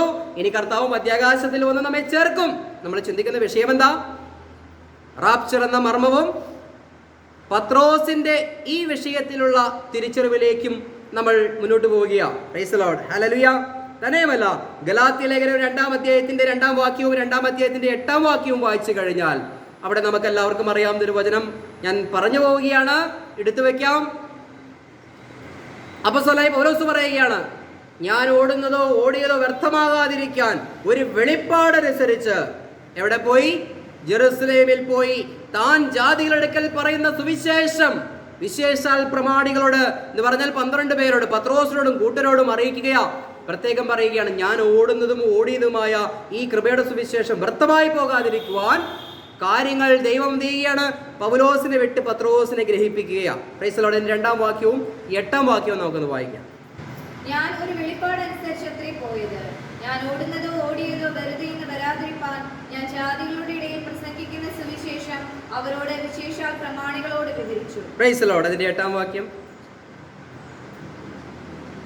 പത്രോസിന് പരിച്ഛേദനക്കാരുടെ ഇടയിലെ സുവിശേഷ ഘോഷണം എന്ന പോലെ എനിക്ക് അഗ്രചർമ്മക്കാരുടെ ഇടയിലെ സുവിശേഷ ഘോഷണം പരമേൽപ്പിച്ചിരിക്കുന്നു എന്ന് കണ്ടും എനിക്ക് ലഭിച്ച കൃപ അറിഞ്ഞും കൊണ്ട് തൂണുകളായി എണ്ണപ്പെട്ടിരുന്ന യാക്കോബും കേഫാവും യോഹന്നാനും ഞങ്ങൾ ജാതികളുടെ ഇടയിലും അവർ പരിച്ഛേദനക്കാരുടെ ഇടയിലും സുവിശേഷം അറിയിപ്പാൻ തക്കവണ്ണം എനിക്കും ബർന്നബാസിനും കൂട്ടായ്മയുടെ വലം കൈ തന്നു. Price the Lord. ഇവിടെയാണ് പത്രോസ് ചില കാര്യങ്ങൾ തിരിച്ചറിഞ്ഞ് പൗലോസിന്റെ ശുശ്രൂഷയെ അംഗീകരിച്ച് പൗലോസിന് കരം കൊടുത്ത് ആ ശുശ്രൂഷയ്ക്ക് വേണ്ടി, ദൈവം ഏൽപ്പിച്ച ശുശ്രൂഷയ്ക്ക് വേണ്ടി പോയിക്കൊള്ളുവാനായിട്ട്, അല്ലെങ്കിൽ അതിനാശംസകൾ നേർന്നുകൊണ്ട്, പ്രാർത്ഥന നേർന്നുകൊണ്ട് പൗലോസിനെ അയക്കുന്നത്. പ്രിയമുള്ളവരെ, നമുക്ക് എന്ത് മനസ്സിലായി? പത്രോസ് എന്ന് പറയുന്ന 12 പേരിൽ ശ്രേഷ്ഠനായ അപ്പോസ്തലൻ, കർത്താവിൻ്റെ കൂടെ നടന്ന് കർത്താവിൻ്റെ വചനങ്ങളെ കേട്ട വചനം വിശ്വസിച്ച് പ്രത്യാശയിൽ മുഴുകിയിരുന്ന പത്രോസ്. എന്തൊക്കെയായിരുന്നു പ്രത്യാശ? കർത്താവേ, ഞങ്ങൾക്ക് എന്ത് കിട്ടും? കിട്ടുന്ന കാര്യത്തെക്കുറിച്ച് കർത്താവ് പറഞ്ഞു കൊടുത്തു. കർത്താവേ, നീ എന്ന് വരും? അതിനെക്കുറിച്ചും പറഞ്ഞു കൊടുത്തു. കർത്താവ് ഇപ്പോഴാണോ രാജ്യം സ്ഥാപിക്കുന്നത്? അതിനും കർത്താവ് മറുപടി കൊടുത്തു. തുടർന്ന് മുന്നോട്ട് പോയപ്പോൾ ഒരു തുപ്പട്ടി ദർശനത്തിലൂടെ കാര്യങ്ങൾ മാറ്റപ്പെടുന്നുവെന്ന് പത്രോസിന് പറഞ്ഞു കൊടുക്കുക. അതിനുശേഷം ഇവിടെ ഇതാ പൗലോസിനെ വിട്ട് പത്രോസിനെ ഗ്രഹിപ്പിക്കുക. അപ്പോൾ ഏകദേശം ഇതെല്ലാം കൂടി കോർത്തിണക്കി കർത്താവിൻ്റെ സന്നിധിയിൽ നിന്നും പത്രോസ് ചില കാര്യങ്ങൾ ഗ്രഹിച്ച് ഉൾക്കൊണ്ടിട്ടാണ് പൗലോസിൻ്റെ സുവിശേഷം പത്രോസ് ഉൾക്കൊള്ളുന്നത്. അപ്പോൾ വെറുതെയാണോ ക്രിസ്തീയ കോളത്തിൽ നമ്മളീ പറയുന്ന കൃപയുടെ സുവിശേഷം ആൾക്കാർ ഉൾക്കൊള്ളാത്തത്? പത്രോസിനെ പോലും ഈ സത്യം ഗ്രഹിപ്പിക്കുവാൻ പടിപടിയായി എത്ര നാളുകളുടെ പരിശ്രമത്തിലാണ് ദൈവം അത് ചെയ്തെടുത്തത്. അത് ദൈവകൃപയുള്ള ദൈവാത്മാവുള്ള മനുഷ്യൻ അല്ലേ? അപ്പോൾ സാധാരണ ലോക മനുഷ്യൻ ഈ കാര്യം മനസ്സിലാക്കുവാൻ അല്പമായിട്ടുള്ള വചന പഠനം നമുക്ക് ആവശ്യമാണ്. ദൈവസന്നിധിയിലുള്ള ആ സമർപ്പണം നമുക്ക് ആവശ്യമാണ്. ദൈവത്തിൻ്റെ ആത്മാവിലുള്ള തിരിച്ചറിവ് നമുക്ക് ആവശ്യമാണ്. ഈ വചനം പഠിച്ച് നിശ്ചയം പ്രാപിച്ചുമിരിക്കുക. വചനം പഠിക്കേണ്ടത് ആവശ്യമാണ്. ഇങ്ങനെ പഠിച്ച് മനസ്സിലാക്കി വിലയിരുത്തി അതിനെ റൈറ്റ്ലി ഡിവൈഡ് ചെയ്ത് കാര്യങ്ങൾ മനസ്സിലാക്കി ഇപ്പോഴെന്താണ് പത്രോസിന് ചില കാര്യങ്ങൾ ബോധ്യപ്പെട്ടു. നേരത്തെ എന്താ പറഞ്ഞത്? അയ്യോ കർത്താവേ, ഇല്ല, അശുദ്ധമായതൊന്നും ഞാൻ തിന്നില്ല, ഇവരെയൊന്നും ഞാൻ കൂട്ടത്തിൽ കൂട്ടില്ല അല്ലേ? ഞാൻ എൻ്റെ വിശ്വാസവും പ്രത്യാശയും കർത്താവ് എന്നോട് കൂടിയിരുന്നപ്പോൾ പറഞ്ഞതല്ലേ 12 സിംഹാസനങ്ങളിൽ ഒരു സിംഹാസനം എനിക്ക് തരാമെന്ന്. കർത്താവ് മഹത്വ പ്രത്യക്ഷത്തിൽ വരുമെന്ന് പറഞ്ഞതല്ലേ? രാജ്യം സ്ഥാപിക്കുമെന്ന് പറഞ്ഞതല്ലേ? ഞാനപ്പോൾ അതല്ലേ വിശ്വസിച്ചിരിക്കേണ്ടത്? അതല്ലേ പ്രത്യാശിച്ചിരിക്കേണ്ടത്? ഇപ്പോൾ പൗലോസ് എന്ന് പറയുന്നു ഈ കാര്യങ്ങൾക്ക് ഒരു അല്പം സാവകാശം വന്നിരിക്കുക. ഇപ്പോൾ പൗലോസിനൊരു മർമ്മം വെളിപ്പെട്ടു. കർത്താവ് ഞങ്ങളെ അങ്ങോട്ട് ചേർക്കുമെന്ന് പറയുക. ഇത് ഞാനെങ്ങനെ വിശ്വസിക്കും? സ്വാഭാവികമായും അല്ലേ അങ്ങനെ ചിന്തിക്കാം. ഇന്ന് ക്രിസ്തീയ കോളത്തിനും പറ്റിയിരിക്കുന്ന ഒരു തെറ്റാണത്. പക്ഷേ ദൈവാത്മാവുള്ളവർക്ക് അത് കറക്റ്റായിട്ട് മനസ്സിലാക്കി മുന്നോട്ട് വരാൻ കഴിയും. ബുദ്ധിപരമായി ചിന്തിക്കുന്നവർക്ക് ഈ കാര്യങ്ങളൊന്നും മനസ്സിലാക്കാതെ അല്ലേ, ദൈവത്തിൻ്റെ കണക്കും മനുഷ്യൻ്റെ കണക്കും വ്യത്യസ്തമാണ് അല്ലേ? മനുഷ്യര് കണക്കുകൾ വ്യത്യസ്തമാണ്, ദൈവത്തിൻ്റെ കണക്കും അതിലും വ്യത്യസ്തമാണ്. ആ കണക്കിനെ കുറിച്ച് പത്രോസ് പിന്നീട് പറയുന്നുണ്ട്. എന്താണ്? തുടർന്ന് പത്രോസ് തൻ്റെ ശ്രോതാക്കളോട് രാജ്യത്തിൻ്റെ സുവിശേഷം പ്രസംഗിച്ച്, അല്ലെങ്കിൽ കർത്താവ് പറഞ്ഞ രാജ്യത്തിൻ്റെ സുവിശേഷ പ്രകാരം കെട്ടുറപ്പുള്ള വിശ്വാസത്തിലിരിക്കുന്ന പ്രിയപ്പെട്ടവർ കർത്താവിൻ്റെ വരവ് സംഭവിക്കാതിരുന്നപ്പോൾ, നേരത്തെ പറഞ്ഞില്ലേ, ജോയൽ പ്രവാചകന്റെ നിവൃത്തിയിൽ ആത്മാവിനെ പകർന്ന് സംസാരിച്ചു. പിന്നെ വരേണ്ടത് തീയും പുകയും ആവിയും ഒക്കെ ആയിരുന്നു അല്ലേ? സൂര്യൻ ഇരുണ്ടു പോകേണ്ടതും ചന്ദ്രൻ രക്തമായി തീരേണ്ടതും ഒക്കെ ആയിരുന്നു. ഇതൊന്നും കാണുന്നില്ല. പത്രോസിനോട് ചോദിക്കാൻ തുടങ്ങി, കർത്താവ് വരും വരും വരും എന്ന് പറഞ്ഞിട്ട് എവിടെ? കാണുന്നില്ലല്ലോ. അപ്പോൾ കർത്താവിൻ്റെ ഒരു കണക്ക് പത്രോസ് അവരെ ബോധിപ്പിക്കുക. കർത്താവിൻ്റെ മുൻപിൽ ഒരു ദിവസം 1000 സംവത്സരം പോലെയും 1000 സംവത്സരം ഒരു ദിവസം പോലെയുമാണ്. കർത്താവ് വൈകുന്നത് അത് കാലതാമസം വരുന്നു എന്ന് വിചാരിക്കുന്നത് പോലെ കർത്താവ് വരാൻ താമസിക്കുന്നതല്ല, അല്പം കൂടി ദീർഘക്ഷമ കാണിക്കുന്നുവെന്നേ ഉള്ളൂ. സകലരെ രക്ഷ പ്രാപിക്കുവാൻ വേണ്ടിയാണ് ഇതെല്ലാം സംഭവിക്കുന്നത് എന്ന് പറഞ്ഞ് പത്രോസ് അവർക്കൊരു ലേഖനം എഴുതുകയാണ്. 2 പത്രോസ് 3-ാം അധ്യായം നമുക്കൊന്ന് എടുത്തു വെച്ച് വായിക്കാം. പത്രോസിന്റെ തിരിച്ചറിവ്, ആ കൃത്യമായ തിരിച്ചറിവ്, ദൈവത്തിന്റെ വെളിപ്പാടുകൾ പൗലോസിൽ നിന്നും പ്രാപിച്ച്, ദൈവത്തിൽ നിന്നും പ്രാപിച്ച് കാര്യങ്ങൾ എങ്ങനെ പത്രോസ് മനസ്സിലാക്കിക്കൊണ്ടിരിക്കുക. നമുക്ക് വായിക്കാം 2 പത്രോസ് 3-ാം അധ്യായം. പ്രിയമുള്ളവരെ, ഞാനിപ്പോൾ നിങ്ങൾക്ക് എഴുതുന്നത് 2-ാം ലേഖനമല്ലോ. വിശുദ്ധ പ്രവാചകന്മാർ മുൻപറഞ്ഞ വചനങ്ങളും നിങ്ങളുടെ അപ്പസ്തോലന്മാർ മുഖാന്തരം കർത്താവും രക്ഷിതാവുമായവൻ തന്ന കൽപ്പനയും ഓർത്തുകൊള്ളണമെന്ന് ഈ ലേഖനം 2-നാലും ഞാൻ നിങ്ങളെ ഓർമ്മപ്പെടുത്തി നിങ്ങളുടെ പരമാർത്ഥ മനസ്സ് ഉണർത്തുന്നു. അവന്റെ പ്രത്യക്ഷതയുടെ വാഗ്ദത്തം എവിടെ? പിതാക്കന്മാർ നിദ്ര കൊണ്ട ശേഷം സകലവും സൃഷ്ടിയുടെ ആരംഭത്തിൽ ഇരുന്നത് പോലെ തന്നെ ഇരിക്കുന്നു എന്ന് പറഞ്ഞ് സ്വന്തം മോഹങ്ങളെ അനുസരിച്ച് നടക്കുന്ന പരിഹാസികൾ പരിഹാസത്തോടെ അന്ത്യകാലത്ത് വരുമെന്ന് വിശേഷാൽ അറിഞ്ഞുകൊള്ളു. ആകാശവും വെള്ളത്തിൽ നിന്നും വെള്ളത്താലും ഉളവായ ഭൂമിയും പണ്ട് ദൈവത്തിന്റെ വചനത്താൽ ഉണ്ടായി എന്നും അതിനാൽ അന്നുള്ള ലോകം ജലപ്രളയത്തിൽ മുങ്ങി നശിച്ചു എന്നും ഇപ്പോഴത്തെ ആകാശവും ഭൂമിയും അതേ വചനത്താൽ തീക്കായി സൂക്ഷിച്ചും ന്യായവിധിയും ഭക്തികെട്ട മനുഷ്യരുടെ നാശവും സംഭവിക്കാനുള്ള ദിവസത്തേക്ക് കാത്തുമിരിക്കുന്നു എന്നും അവർ മനസ്സോടെ മറന്നു കളയുന്നു. Price the Lord. എന്നാൽ പ്രിയമുള്ളവരെ, കർത്താവിന് ഒരു ദിവസം 1000 സംവത്സരം പോലെയും 1000 സംവത്സരം ഒരു ദിവസം പോലെയും ഇരിക്കുന്നു എന്നീ കാര്യം നിങ്ങൾ മറക്കരുത്. ചിലർ താമസമെന്ന് വിചാരിക്കുന്നത് പോലെ കർത്താവ് തന്റെ വാഗ്ദത്തം നിവർത്തിപ്പാൻ താമസിക്കുന്നില്ല. കണ്ടില്ലേ, അവിടെയുള്ള വിശ്വാസകോളം പറഞ്ഞ് കാര്യങ്ങൾ താമസിക്കുന്നു. പത്രോസേ, നീ പറഞ്ഞില്ലേ വിറ്റ് ദരിദ്രർക്ക് കൊടുക്കുവാൻ, ഞങ്ങൾ കൊടുത്ത് ഞങ്ങൾ പാപ്പരായി തീർന്നു. കർത്താവ് ഇപ്പൊ വരുമെന്ന് പറഞ്ഞിട്ട് വരുന്നില്ലല്ലോ. ചിലർ താമസമെന്ന് വിചാരിക്കുന്നത് പോലെ അവർ പറയുകയാണ് കർത്താവിന്റെ വരവിന് താമസം സംഭവിച്ചു. ഏത് വരവാ? മഹത്വ പ്രത്യക്ഷതയ്ക്ക് സാവകാശം വരുന്നു എന്ന് പറഞ്ഞപ്പോൾ പത്രോസ് കാര്യങ്ങൾ പറഞ്ഞ് മനസ്സിലാക്കിയാണ്. താഴേക്ക് വരുമ്പോൾ പറയുകയാണ് 14-ാം വാക്യം, അതുകൊണ്ട് പ്രിയമുള്ളവരെ, നിങ്ങൾ ഇവയ്ക്കായി കാത്തിരിക്കയാൽ അവൻ നിങ്ങളെ കരയും കളങ്കവും ഇല്ലാത്തവരായി സമാധാനത്തോടെ കാണുവാൻ ഉത്സാഹിച്ചുകൊണ്ട് നമ്മുടെ കർത്താവിന്റെ ദീർഘക്ഷമയെ രക്ഷ എന്ന് വിചാരിക്കും. Price the Lord. 15, 16, 17 വാക്യങ്ങൾ വളരെ ശ്രദ്ധയോടുകൂടി വായിക്കാം. അങ്ങനെ തന്നെ നമ്മുടെ പ്രിയ സഹോദരനായ പൗലോസും തനിക്ക് ലഭിച്ച ജ്ഞാനത്തിന് തക്കവണ്ണം നിങ്ങൾക്കും ഇതിനെക്കുറിച്ച് സംസാരിക്കുന്ന സകല ലേഖനങ്ങളിലും എഴുതിയിട്ടുണ്ടല്ലോ. Praise the Lord. പത്രോസിന്റെ വാക്കുകൾ വളരെ ശ്രദ്ധിക്കേണ്ട കാര്യമുണ്ട്. ഇവിടെ പറയുകയാണ്, നമ്മുടെ പ്രിയ സഹോദരനായ പൗലോസും തനിക്ക് ലഭിച്ച ജ്ഞാനത്തിന് തക്കവണ്ണം. പത്രോസും അംഗീകരിക്കുകയാണ്, പൗലോസിന് ദൈവിക ജ്ഞാനം പ്രാപിച്ചു, ദൈവിക വെളിപ്പാട് ലഭിച്ചു. തങ്ങൾ പറയുന്ന സുവിശേഷത്തിന് വ്യത്യസ്തമായ ഒരു സുവിശേഷവും ഒരു പ്രത്യാശയും പ്രസംഗിച്ച് നടക്കുന്ന പൗലോസിനെ സംബന്ധിച്ച് പത്രോസ് പറയുകയാണ്, ഇത് പൗലോസിന്റെ തോന്നലുകളൊന്നുമല്ല പറയുന്നത്. ഇവിടെ എന്താ പറഞ്ഞത്? ദൈവിക ജ്ഞാനമാണ് പൗലോസ് പറയുന്നത് എന്ന് പറഞ്ഞിട്ട് പറയുകയാണ്, നിങ്ങൾക്കും ഇതിനെക്കുറിച്ച് സംസാരിക്കുന്ന സകല ലേഖനങ്ങളിലും. യഹൂദരോട് പറയുകയാണ്, നിങ്ങൾക്കും പൗലോസ് എഴുതിയിട്ടുണ്ട്. ഏത് ലേഖനമാണ്? എബ്രായ ലേഖനം. ഇതേക്കുറിച്ച് സംസാരിക്കുന്ന മറ്റു ലേഖനങ്ങൾ, പൗലോസിന്റെ മറ്റുള്ള 13 ലേഖനങ്ങൾ, ഇതെല്ലാം എഴുതിയിരിക്കുന്നത് വായിച്ചാൽ നിങ്ങൾക്ക് ചില കാര്യങ്ങൾ മനസ്സിലാക്കാൻ കഴിയും. പറയുകയാണ്, അവയിൽ ഗ്രഹിപ്പാൻ പ്രയാസമുള്ളത് ചിലതുണ്ട്. അറിവില്ലാത്തവരും അസ്ഥിരന്മാരുമായവർ ശേഷം തിരുവെഴുത്തുകളെ പോലെ അതും തങ്ങളുടെ നാശത്തിനായി കോട്ടിക്കളയുന്നു. അപ്പോൾ ഗ്രഹിക്കാൻ പ്രയാസമുള്ള ചില കാര്യങ്ങൾ പൗലോസിന്റെ ലേഖനത്തിലുണ്ട്. ശരിയല്ലേ? പത്രോസിന്റെ ആഴമായ പ്രത്യാശയും വിശ്വാസം ഒന്ന് കണക്കിലെടുത്തേ. ഞങ്ങൾക്ക് എന്ത് കിട്ടും? കർത്താവ് എന്ന് വരും? എന്ന് ഞങ്ങൾക്ക് രാജ്യം സ്ഥാപിച്ചു തരും? ഞങ്ങൾക്ക് എന്ന് സിംഹാസനം കിട്ടും? എന്ന് ഇസ്രായേലിനെ രാജ്യം സ്ഥാപിച്ചു കൊടുക്കും? അവിടെ അവരുടെ പ്രത്യാശ അവിടെ ഇരിക്കുക. ആ പ്രത്യാശ ഇരിക്കുമ്പോഴാണ് മറ്റൊരിടത്ത് എവിടെയോ ഇരുന്ന പൗലോസിന് ഒരു ദർശനം കൊടുത്തുവെന്നും വെളിപ്പാടുകൾ കൊടുത്തുവെന്നൊക്കെ കാര്യങ്ങളൊക്കെ പറഞ്ഞ് ദൈവം ദർശനങ്ങളിലൂടെയും പൗലോസിലൂടെ വന്ന് നേരിട്ടും പത്രോസിന് ചില കാര്യങ്ങൾ മനസ്സിലാക്കി കൊടുത്തപ്പോൾ പത്രോസിന് കാര്യം മനസ്സിലായി. കർത്താവിന്റെ മഹത്വ പ്രത്യക്ഷതയ്ക്ക് കാലതാമസം വരികയാണ്. അതിന് കാരണം നമ്മുടെ പ്രിയ സഹോദരനായ പൗലോസിന് ലഭിച്ചിരിക്കുന്ന ആഴമായ ദൈവിക ജ്ഞാനമാണ്.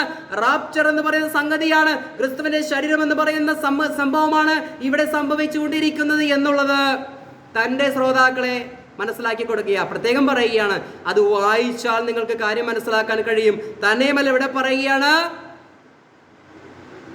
അതിൽ ഗ്രഹിപ്പാൻ പ്രയാസമുള്ള ചില കാര്യങ്ങളുണ്ട്. പത്രോസ് പറയുന്ന കാര്യങ്ങൾ ഗ്രഹിച്ചിരിക്കുന്ന ഒരു കൂട്ടരോടാണ് പറയുന്നത്. പൗലോസ് പറയുന്ന കാര്യങ്ങളിൽ ഗ്രഹിക്കാൻ ചിലതൊക്കെ പ്രയാസമുണ്ടെന്ന്. Price the Lord. അതുകൊണ്ടാണ് നമ്മൾ ഒരു തലക്കെട്ടിൽ ചിന്തിച്ചത്, റാപ്ചർ എന്ന മർമ്മവും പത്രോസിന്റെ തിരിച്ചറിവുകളും. Price the Lord. പത്രോസിന് പോലും ദൈവം എത്രയൊക്കെയോ പടികളിലൂടെയാണ്, അല്ലേ? തുപ്പട്ടി ദർശനത്തിലൂടെ.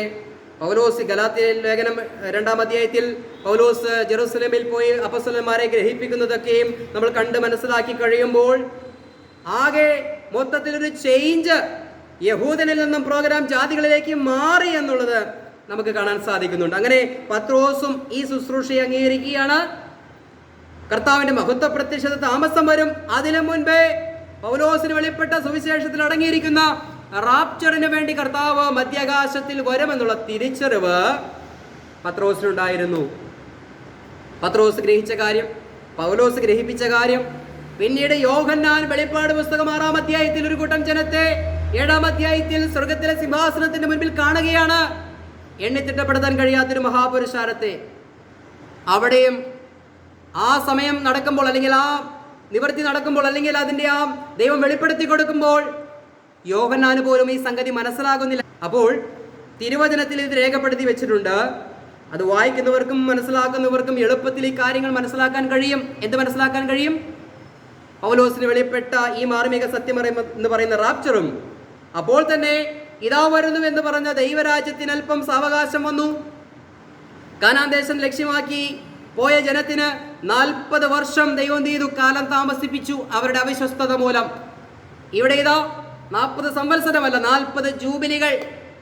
20 2000 സംവത്സരങ്ങൾ ദൈവം ചെയ്തു. 40 ജൂബിലികളെ ദൈവം വൈകിപ്പിച്ചു. ഇനി നമ്മുടെ റാപ്ചർ കഴിഞ്ഞാൽ വീണ്ടും യഹൂദനിലേക്ക് ദൈവം തിരിയും. ആദ്യ നൂറ്റാണ്ടിൽ യഹൂദനിൽ നിന്നും ജാതികളിലേക്ക് വന്നതുപോലെ കാര്യങ്ങൾ ഇപ്പോൾ ജാതികളിൽ ഇത് തിരസ്കരിക്കുമ്പോൾ അത് യഹൂദനിലേക്ക് രക്ഷ പോവുകയാണ്. ഇസ്രായേലിലൊക്കെ നമ്മളത് കാണുന്നുണ്ട്. പല ചെറുപ്പക്കാരും യേശു തന്നെ മശിഹ എന്ന് പറഞ്ഞ് പ്രസംഗിച്ചു തുടങ്ങിയിട്ടുണ്ട്. പല ചെറുപ്പക്കാരും എന്ന് പറഞ്ഞാൽ നമ്മൾ മനസ്സിലാക്കുന്നു 144,000 പേരെ ദൈവം മുദ്രയിട്ട് വേർതിരിക്കുമ്പോൾ, ലോകത്ത് മുഴുവൻ സുവിശേഷം പറയാൻ വേർതിരിക്കുമ്പോൾ, ആ 144,000 പേരിൽ ഉൾക്കൊള്ളുന്ന ഏതാനും പ്രിയപ്പെട്ട വ്യക്തി ജീവിതങ്ങളെ നമ്മൾ നമ്മുടെ കണ്ണുകൊണ്ട് നമ്മുടെ യൂട്യൂബിലൂടെ കാണുകയാണ്. എന്താണ് കാണുന്നത്? യേശു തന്നെ മശിഹ എന്ന് പറയുന്ന ചെറുപ്പക്കാരെ നമ്മൾ കാണുകയാ. നമുക്ക് അവരെ കൂടി കണ്ട കാര്യങ്ങൾ മനസ്സിലാക്കുവാൻ ദൈവം നമ്മുടെ ബുദ്ധിയെ പ്രകാശിപ്പിച്ചിരിക്കുക. അത്ര പേർക്ക് ഇത് മനസ്സിലാക്കാൻ സാധിക്കുന്നുണ്ട്? വളരെ ആഴമുള്ള സത്യങ്ങളാണ് ഞാൻ ഈ പറയുന്നത്. കർത്താവിന്റെ വരവിനെ കുറിച്ച്, ആ മിസ്റ്ററി ഗോസ്പലിൽ വെളിപ്പെട്ട റാപ്ചറിനെ കുറിച്ച്, പത്രോസിന് ഈ കാര്യത്തിൽ ഉണ്ടായ തിരിച്ചറിവുകൾ എങ്ങനെയാണ് ഉണ്ടായതെന്നതിനെ കുറിച്ച്, ആ തിരിച്ചറിവ് നമുക്ക് ഈ കാലഘട്ടത്തിൽ ഓരോരുത്തർക്കും പത്രോസ് പഠിച്ചു വന്ന വിധങ്ങളിലൂടെ നാം ഓരോരുത്തരും പഠിച്ച് മനസ്സിലാക്കി പൗലോസിന് വെളിപ്പെട്ട സുവിശേഷത്തിൽ വിശ്വസിച്ചാൽ, പൗലോസ് പറയുന്നില്ലേ, എൻ്റെ സുവിശേഷം അനുസരിച്ച് ന്യായം വിധിക്കും.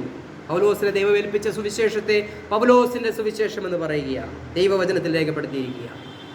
മോശയോട് ലഭിച്ച ന്യായപ്രമാണത്തെ മോശയുടെ പുസ്തകത്തിൽ എന്ത് എഴുതിയിരിക്കുന്നു എന്ന് കർത്താവ് ചോദിക്കുക. ഈ പുസ്തകമൊന്നും വചനമൊന്നും പൗലോസിന്റെയുമല്ല, പത്രോസിന്റെയുമല്ല, മോശയുടെയുമല്ല, സാക്ഷാൽ ദൈവം തമ്പുരാൻ തന്ന വചനമാണ്. സ്വർഗത്തിൽ മാറ്റമില്ലാതെ എഴുതി വയ്ക്കപ്പെട്ടിരിക്കുന്ന വചനമാണ്, അതിന് മാറ്റമില്ല. Price the Lord, hallelujah. Rapture എന്ന മർമ്മത്തെക്കുറിച്ച് പെട്ടെന്ന് നമുക്ക് പറഞ്ഞ് നിർത്തി നമുക്ക് അവസാനിപ്പിക്കാം. നമുക്കറിയാം, ഫിലിപ്പി ലേഖനം 3-ാം അധ്യായത്തിന്റെ 20-21 വാക്യങ്ങളിൽ നമ്മുടെ പൗരത്വമോ സ്വർഗത്തിലാകുന്നു. നമ്മുടെ കർത്താവായ യേശു ക്രിസ്തുവിനെ നാം കാത്തിരിക്കുകയാണ്. കർത്താവ് വരുമ്പോൾ നമ്മുടെ ഈ അവസ്ഥയെ മാറ്റി കർത്താവിനെ പോലെ അനുഗ്രഹിക്കപ്പെട്ട തേജസ്സുള്ള ഒരു ശരീരം നമുക്ക് നൽകിക്കൊണ്ട്, രൂപാന്തരപ്പെട്ട ശരീരം നൽകിക്കൊണ്ട് കർത്താവ് നമ്മെ ചേർക്കുമെന്ന് പറയുക. മഹത്വമുള്ള രൂപാന്തരപ്പെട്ട ശരീരം നമുക്ക് നൽകുമെന്ന് പറയുക. 1 തെസ്സലോനിക്ക ലേഖനം 4-ാം അധ്യായത്തിന്റെ 16-ാം വാക്യം, കർത്താവ് ഗംഭീരനാദത്തോടുകൂടെ വരുമ്പോൾ, അല്ലെ ആ വാക്യം ഒന്ന് ഓർത്ത് നോക്കിയേ. കർത്താവ് തൻ ഗംഭീരനാദത്തോടും പ്രധാന ദൂതന്റെ ശബ്ദത്തോടും ദൈവത്തിന്റെ കാഹളത്തോടും കൂടെ സ്വർഗത്തിൽ നിന്ന് ഇറങ്ങി വരും.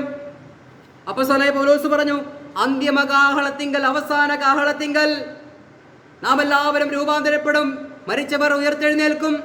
അവിടെ ഒരു അന്തിമ കാഹളം പറഞ്ഞിട്ടുണ്ട്. അപ്പോൾ ചിലരൊക്കെ ചോദിക്കുന്നുണ്ട്, ഇതാ ഇവിടെ അന്ത്യകാഹളത്തിലാണല്ലോ റാപ്ചർ സംഭവിക്കുന്നത് എന്ന് നിങ്ങൾ പറയുന്നു. എന്നാൽ ഇതിന് ശേഷവും അനേകം കാഹളങ്ങളുണ്ടല്ലോ. ശരിയാണ്, അന്ത്യകാഹളം എന്ന് പറഞ്ഞാൽ ക്രിസ്തുവിന്റെ ശരീരമാകുന്ന സഭയോടുള്ള ബന്ധത്തിലുള്ള അന്ത്യകാഹളം. ആ കാഹളത്തിങ്കൽ ഈ സംഭവം സംഭവിക്കും. തുടർന്നും വെളിപ്പാട് പുസ്തകം 8-ാം അധ്യായത്തിന്റെ 2-ാം വാക്യത്തിൽ കാണുമ്പോൾ 7 കാഹളവും പിടിച്ചുകൊണ്ട് 7 ദൂതന്മാർ നിൽക്കുന്നുണ്ട്. പിന്നെയും കാഹളങ്ങൾ മുഴങ്ങാനിരിക്കുകയാണ്. പക്ഷേ പൗലോസ് ഇവിടെ പറഞ്ഞ കാഹളം ക്രിസ്തുവിന്റെ ശരീരമാകുന്ന സഭയുടെ റാപ്ചറിന് വേണ്ടിയുള്ള അവസാന കാഹളം എന്നുള്ള അർത്ഥത്തിലാണ് മനസ്സിലാക്കേണ്ടത്. Price the Lord, hallelujah. വെളിപ്പാട് പുസ്തകം 6-ന്റെ 12-ാം അധ്യായം വായിക്കുമ്പോൾ അവിടെ എന്തൊക്കെയാണ് സംഭവിക്കുന്നത്? മുദ്ര പൊട്ടുന്നു, 6-ാം മുദ്ര പൊട്ടുന്നു, വലിയ ഭൂകമ്പം ഉണ്ടാകുന്നു, സൂര്യൻ കരിമ്പടം പോലെ കറക്കുന്നു, ചന്ദ്രൻ രക്തതുല്യമായി തീരുന്നു, ആകാശത്തിലെ നക്ഷത്രങ്ങൾ ഭൂമിയിലേക്ക് വീഴുന്നു, ആകാശം തെറുത്തു മാറ്റിയ ചുരുൾ പോലെ അപ്രത്യക്ഷമാകുന്നു എന്ന് പറഞ്ഞാൽ ഭൂമിയിൽ ശേഷിക്കുന്നവർ പേടിച്ചു വിറയ്ക്കുന്നു. അപ്പോൾ ഭൂമിയെ കുലുക്കി ആകാശം കീറി ഒരു കൂട്ടം ജനത്തെ ഈ പറയുന്ന മിസ്റ്ററിയിൽ വെളിപ്പെട്ട റാപ്ചറിന് വേണ്ടി കർത്താവ് ഈ ഭൂമിയിൽ നിന്ന് മാറ്റപ്പെടുത്തുമ്പോൾ ബാക്കി ശേഷിക്കുന്നവർ ഞെട്ടിവിറയ്ക്കുന്ന, ഭയപ്പെടുന്ന ഒരു അത്ഭുത സംഭവം ഈ ലോകത്ത് സംഭവിക്കാൻ പോവുകയാണ്. Price the Lord. സ്വർഗത്തിൽ സ്ഥിരമായിരിക്കുന്ന ദൈവത്തിന്റെ വചനം. കർത്താവ് ഇത് പറഞ്ഞിട്ടുണ്ടെങ്കിൽ, 2 പ്രാവശ്യം ദർശനം കൊടുത്തിട്ടുണ്ടെങ്കിൽ, ജോസഫിന്റെ കാലത്ത് അത് ദൈവം നിവർത്തിച്ചുവെങ്കിൽ, പത്രോസിന്റെ കാലത്ത് ദുപ്പട്ടി ദർശനത്തിലൂടെ 3 പ്രാവശ്യം ദൈവം ദർശനം കൊടുത്ത് പറയുകയാണ്, ഇത് സംഭവിച്ചിരിക്കും, ദൈവം ഇത് തീരുമാനിച്ചിരിക്കുന്നു. സ്വർഗത്തിലെന്നും സ്ഥിരമായിരിക്കുന്ന ദൈവത്തിന്റെ വചനത്തിൽ മാറ്റമില്ല. ആ വചനം സംഭവിപ്പിച്ച് കർത്താവ് നമ്മെ ചേർക്കുവാൻ വരും. Price the Lord. പ്രിയമുള്ളവരെ, കർത്താവിന്റെ വരവിന് വേണ്ടി ഏറ്റവും ഒരുങ്ങിയിരിക്കുന്ന, ഏറ്റവും സംഭവിക്കാൻ ഏറ്റവും അടുത്തിരിക്കുന്ന ഒരു സംഭവമാണ്, ചരിത്ര സംഭവമാണ് റാപ്ചർ എന്ന് പറയുന്നത്. നമ്മൾ അതിനു വേണ്ടി ഒരുങ്ങുകയാണ്, അനേകരെ അതിനു വേണ്ടി ഒരുക്കുകയാണ്. പത്രോസിന്റെ ജീവിതത്തിൽ പൗലോസിന് വെളിപ്പെട്ട സുവിശേഷത്തിന്റെ തിരിച്ചറിവുണ്ടായതുപോലെ ഇന്ന് ക്രിസ്തീയ ഗോളത്തിലെ തിരിച്ചറിവില്ലാതെ പോയി കഴിഞ്ഞാൽ, ഒരു കാലഘട്ടത്തിൽ യഹൂദന്മാർ തിരുവെഴുത്തുകളെ ഗ്രഹിക്കാത്തത് കൊണ്ട് അവർക്ക് വന്ന അപകടം നമുക്കറിയാം. ആ അപകടം ജാതീയ ലോകത്തിനും കടന്നു വരുമെന്ന് ഓരോ പ്രിയപ്പെട്ടവരോടും യൂട്യൂബിൽ എന്നെ കേൾക്കുന്ന, ഇത് കേട്ട് ഷെയർ ചെയ്ത് കൊടുക്കുമ്പോൾ, അനേകരിത് കേൾക്കുമ്പോൾ അവർക്കും മനസ്സിലാകണം. തിരുവെഴുത്തിൽ എഴുതിയിരിക്കുന്നത് മനസ്സിലാക്കാൻ കഴിയാതെ വന്നപ്പോൾ കർത്താവ് അവരെ വിളിച്ചു. തിരുവെഴുത്തുകളെ ഗ്രഹിക്കുവാൻ കഴിയാതെ വണ്ണം മന്ദബുദ്ധികളായി തീർന്നവരെ, അല്ലേ, തിരുവെഴുത്തുകൾ പരിശോധിച്ചിരുന്നവരാണ്, തിരുവെഴുത്തുകളെ വെള്ളം പോലെ അറിയാവുന്നവരാണ്, പക്ഷെ കാര്യം സംഭവിച്ചപ്പോൾ തിരിച്ചറിയാൻ കഴിഞ്ഞില്ല. ഇത് ജാതീയ ഗോളത്തിന് ആഗോളമായി വരുവാൻ പോകുന്നൊരു അപകടം. ദൈവസഭയിലൂടെ അത് മുന്നറിയിപ്പ് കൊടുക്കുകയാ, ഇത് സഭ മുഖാന്തരം ദൈവം വെളിപ്പെടുത്തുകയാ. Price the Lord. അനേകർക്ക് ഈ സന്ദേശം അയച്ചു കൊടുക്കുക. പൗലോസിനോട് വെളിപ്പെട്ട റാപ്ചറും ഈ വിഷയത്തിൽ, അല്ലെങ്കിൽ പൗലോസിന് വെളിപ്പെട്ട സുവിശേഷത്തിന്റെ പടിപടിയായിട്ടുള്ള പത്രോസിന്റെ തിരിച്ചറിവുകളെ കുറിച്ച് മനസ്സിലാക്കി, അത് നമ്മുടെ ഓരോരുത്തരുടെയും ജീവിതത്തിൽ ഈ സുവിശേഷം റൈറ്റ്ലി ഡിവൈഡ് ചെയ്ത് മനസ്സിലാക്കുവാൻ പറയുമ്പോൾ, അങ്ങനെ ഉൾക്കൊള്ളാത്ത ജനത്തിന് അവിടെ കണ്ണുകളെ പ്രകാശിപ്പിക്കുന്നത് ഒരു പ്രസംഗമായി, ഒരു സന്ദേശമായി ഇത് ഏറ്റെടുത്ത് എല്ലാവരെയും ദൈവം അനുഗ്രഹിക്കുവാൻ ഇടയായി തീർക്കട്ടെ എന്ന് പ്രാർത്ഥിച്ചുകൊണ്ട് ഈ സന്ദേശത്തിൽ നിന്ന് വിരമിക്കുന്നു. ദൈവമായ കർത്താവ് എല്ലാവരെയും അനുഗ്രഹിക്കട്ടെ. Price the Lord.